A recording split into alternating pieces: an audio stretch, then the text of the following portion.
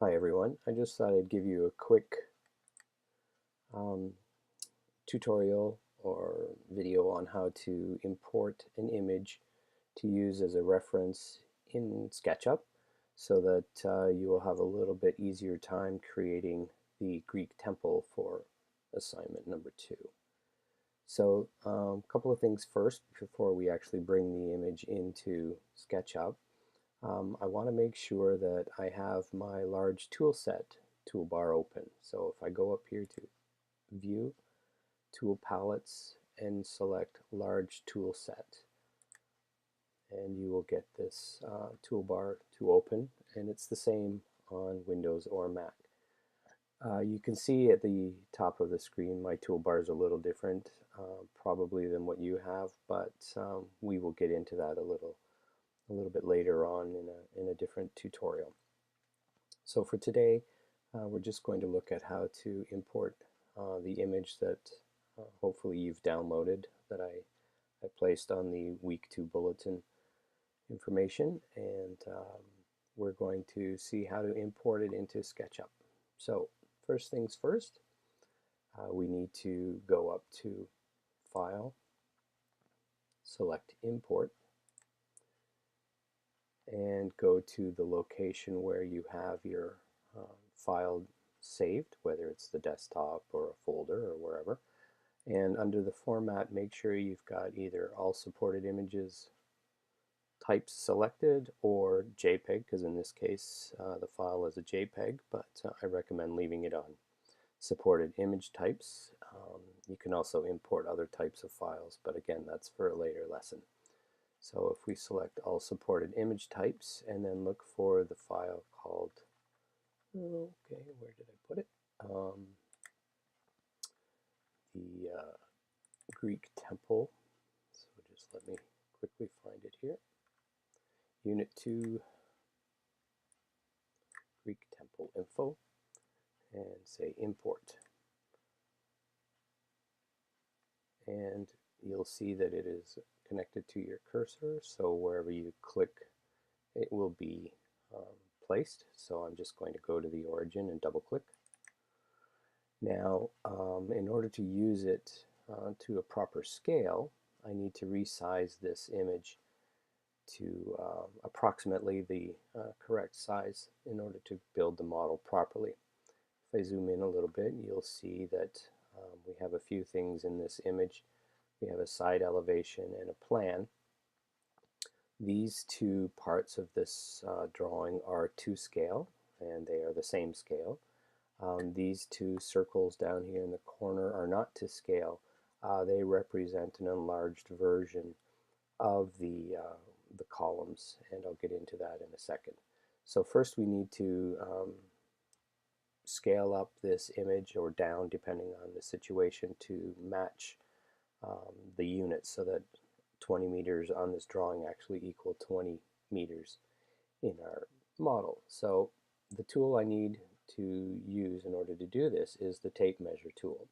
So over here in the toolbox, I'm going to click on the one next to the dimension icon. Looks like a little tape measure, and I'm going to zoom in on the scale at underneath the plan. And just approximately, this doesn't have to be perfect so long as we're roughly the right scale. I'm going to click at the 0 point, and I'm going to move my mouse to the right and make sure that the line turns red.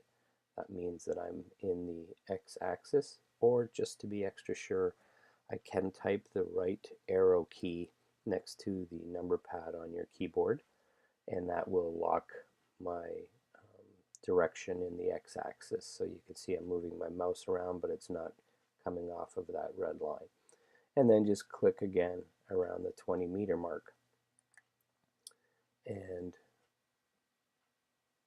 there should be a message asking me if I want to rescale, and for some reason it's not coming up. So let's try it one more time, unless this image happens to be at the right scale. Now I need to type in, oh, this is the step I forgot.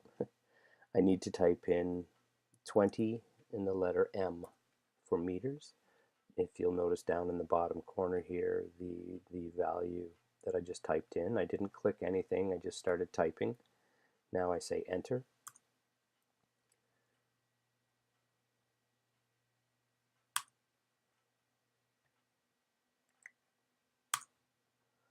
And it asks me, do you want to resize the model? And in this case, I do.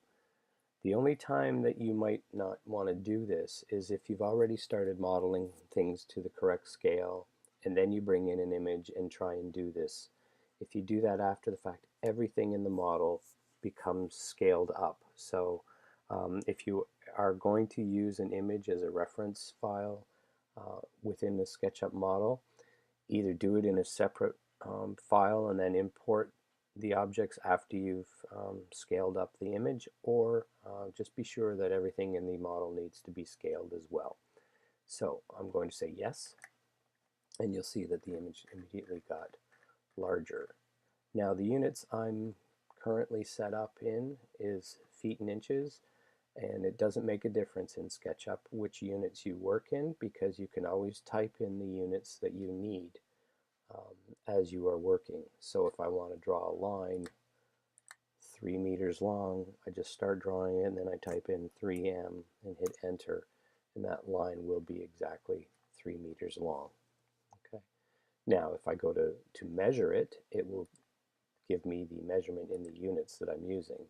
So it will say 9 foot 10 and 1/8 inches, which is approximately 3 meters in length. Okay. So that's how we can bring in an image. And now if we want to make sure that that image doesn't move on us, we should right click on after it, select it, right click on it, and I want to lock it, and it's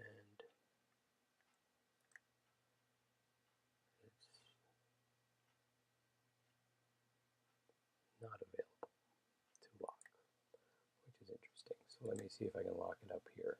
It says it is locked. That doesn't make any sense because I can probably move it. Yeah, I'm not quite sure why it won't let me lock it, but anyway, hopefully you have the option when you right click on it, it should say lock, but for some strange reason mine's not cooperating.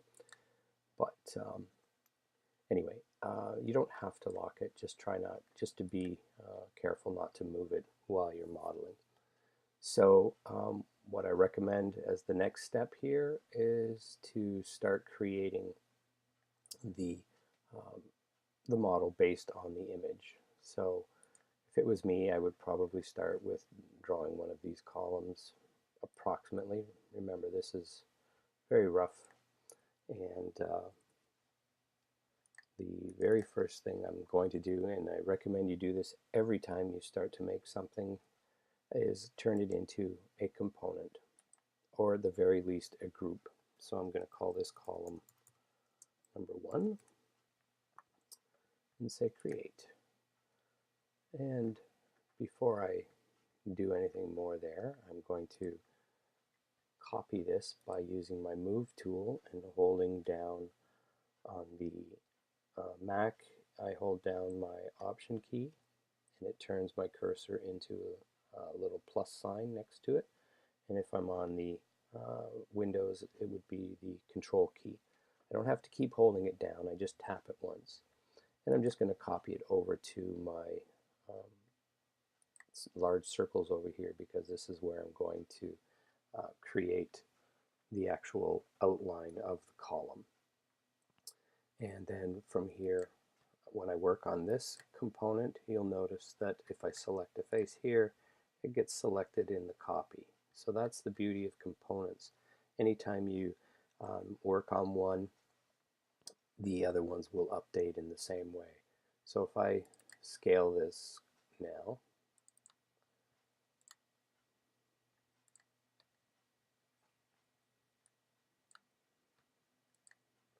using my scale tool, one thing I need to quickly point out with the scale tool, if I just start dragging from a corner, it will use the bottom left corner as the anchor point, but I want to use the center, so I'm going to hold down the Option key on a Mac, and I believe it's the Alt key on Windows, and we're just going to drag it out to approximately the size we need.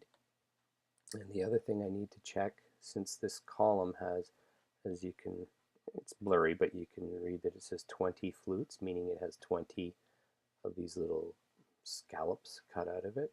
I want to make sure that the circle I drew also has 20 sides. So if I select the edge and say Entity Info, you'll notice that it tells me that the circle was made out of 24 segments.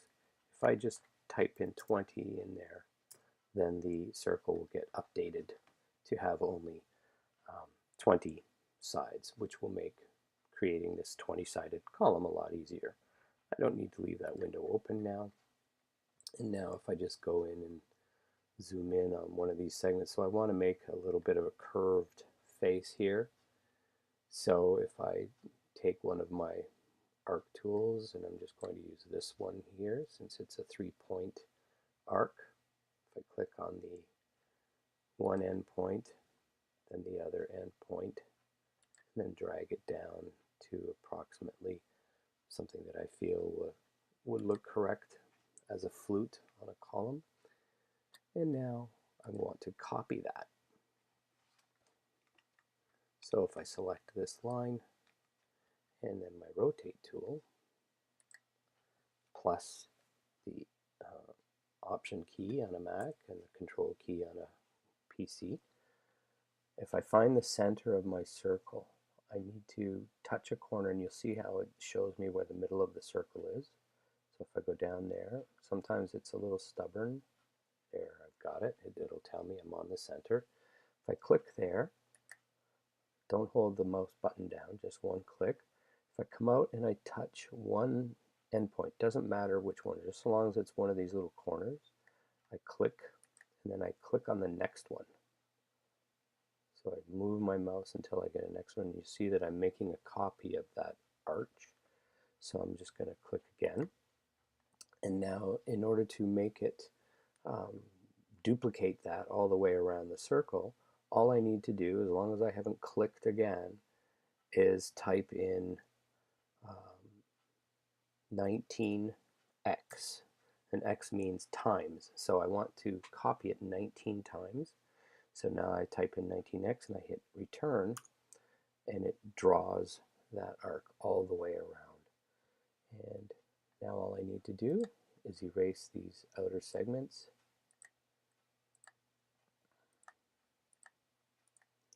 And I've created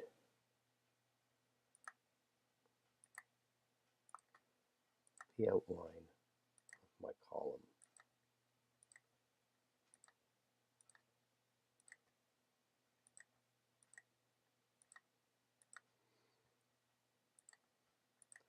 And now, if I go back over to this one and rescale it to the appropriate size that it needs to be, make sure that I'm inside the component when I want to scale it. Click on a corner and then the Option key or Alt key and drag it down until it's about the size of the footprint of the circle. And once I click outside the box, I've now created my column, and I can move it around until it's a little bit better. So that copy using the X command after a number also works on the Move tool. But I'm going to show you another little trick which is similar to that. If I copy using the Move tool, once again I click on the Option key, Mac, Control key, PC, I can click at the first place I want to copy, and then the second place I want to copy. If I hit my right arrow key, it'll lock it in alignment. If I place that where I need the last one to be, now instead of typing in 18x or 16x or however many columns I need here, instead of typing an X after the number, I'm going to type in the divide symbol, which is right next to the multiply symbol on your number key. It's also underneath the question mark on your regular keyboard. So let's see, I need 1, 2, 3, 4, 5, 6, 7, 8, 9, 10, 11, 12, 13, 14, 15, 16, 17. So I need 17 divide. And when I type in enter, it will now draw in all of those columns perfectly spaced in between my first one and my last one. Okay, now you'll notice that they don't line up perfectly with the drawing underneath, but that's okay. This is just a guide. The image is a guide. It doesn't have to be perfect because the original building is far from perfect. So that's how you can quickly bring an image into SketchUp and then use it as a guide or a reference to create things. And from there, I'll let you keep going using some of the tools and techniques discussed in the Lecture 2 video. So, good luck.